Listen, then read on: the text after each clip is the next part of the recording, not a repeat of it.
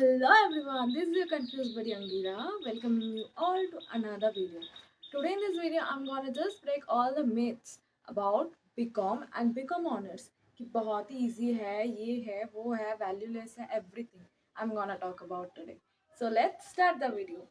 If you are a commerce student in 11th and 12th और board में बहुत अच्छा मार्क्स आ गया अकाउंट्स में, तो ये सबको लगता है like teachers, family member, friends कि ये अवतरते अकाउंटेंसी के लिए ही पैदा हुए हैं. तो the very first option come to their mind और वो बोलते हैं हमें कि हमको क्या लेना चाहिए, BCom honours, because you are very good at accountancy and all, so BCom honours ले लो, इसके बाद स्कोप है, ये है, वो है. तो हमको भी ये लगता है कि ठीक है, बीकॉम इज़ क्वाइट ईजी, तो कॉलेज लाइफ एंजॉय भी होगा, सब कुछ होगा, बीकॉम ऑनर्स ले लेते हैं. बिकॉज सोशल मीडिया में इतना अच्छा जो हाइप किया है ना, it is very easy subject ऐसा बोल के. बट हम जब ले लेते हैं उसके बाद हमारा कॉलेज स्टार्ट होता है, फिर हमें समझ में आता है बीकॉम उतना भी इजी नहीं है जितना लोग बोलते हैं. तो let's begin this video. I will talk on basis of my experience as a BCom honors student, final year student from Calcutta University. So the very first question or the very first sentence is that BCom graduate होने के लिए पढ़ाई नहीं करना पड़ता है. So is it true? Absolutely not. It is the most biggest myth.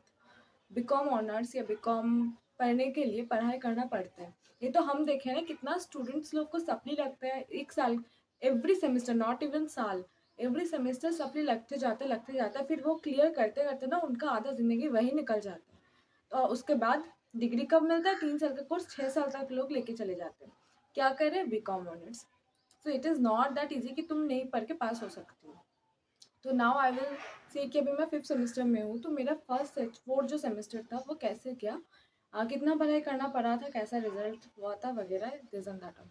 So the very first 2 semesters, first semester and second semester में मैं उतना पढ़ाई नहीं की थी. यस, मैं उतना पढ़ाई नहीं की थी. क्यों नहीं की थी मैं आपको बता रही हूँ कि I am from a CBSE background student, और 11th 12th में मेरा ऐसा बहुत सारा सब्जेक्ट था जो मैं पहले से पढ़ के आई थी. When I come in my college, मैं देखी वही सब सब्जेक्ट फर्स्ट और सेकंड सेमेस्टर में भी है, like micro economics, macro economics, company law, business law and all.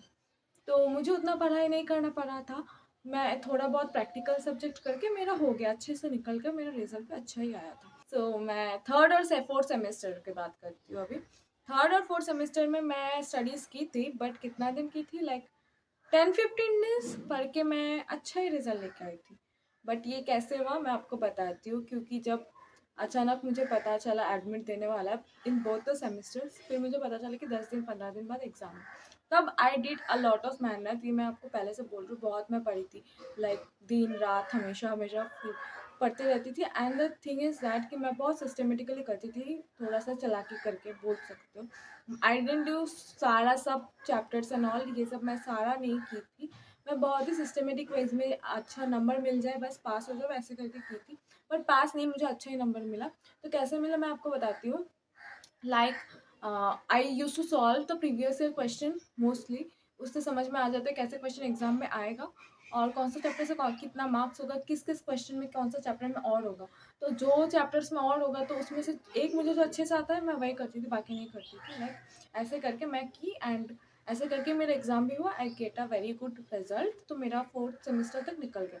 Now I am in my 5th semester and अभी बहुत सारा सब्जेक्ट है, like everything is practical, no MCQ, descriptive paper, maths है बहुत सारे सब्जेक्ट में, लाइक कॉस्टिंग में maths है, मैथमेटिक्स है, इकोनॉमिक्स है, टैक्सेशन है, इसमें तो सारा मैथ्स है. एक थ्योरी वाला सब्जेक्ट भी है लाइक ऑडिट. तो बाकी सारा तो मैथ्स वगैरह है. तो इसमें बहुत पढ़ाई करना पड़ेगा करके फिर 2 महीना मेरा निकल गया. अभी तक जस्ट स्टार्ट ही नहीं हुआ मेरा. मैं अभी स्टार्ट कर ही रही हूँ आई थिंक, जो भी हो लिव इट. तो 5th और 6th सेमेस्टर में पढ़ाई करना पड़ता है अच्छे से और फिर निकल जाए तो बस यही होता है ग्रेजुएशन. बट या इट वाज एक्सपीरियंस, मेरे एक्सपीरियंस. अभी कुछ लोग जो देख रहे होंगे दे विल थिंक कि 3 साल का बात करी, 4 साल का तो है अभी graduation.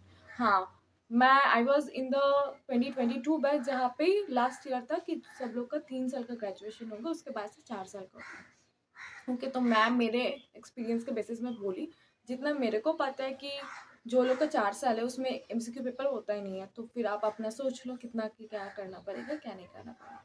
Second question come is, क्या हमें बीकॉम या बीकॉम ऑनर्स करना चाहिए? अगर आपको करना है, ये एक्चुअली आपके ऊपर डिपेंड करता है कि आपको करना है या नहीं है।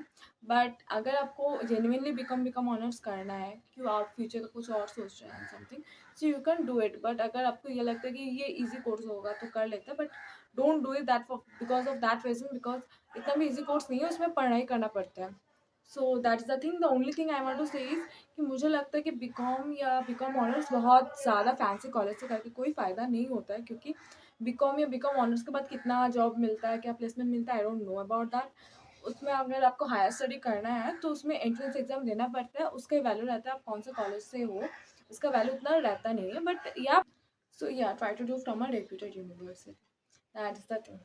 And the very last thing is, जो सब लोग बोलते हैं क्या बीकॉम वैल्यूलेस है, इसका जवाब में मैं ये बोलना चाहती हूँ that I have no comment on it because I'm also a student, मुझे नहीं पता।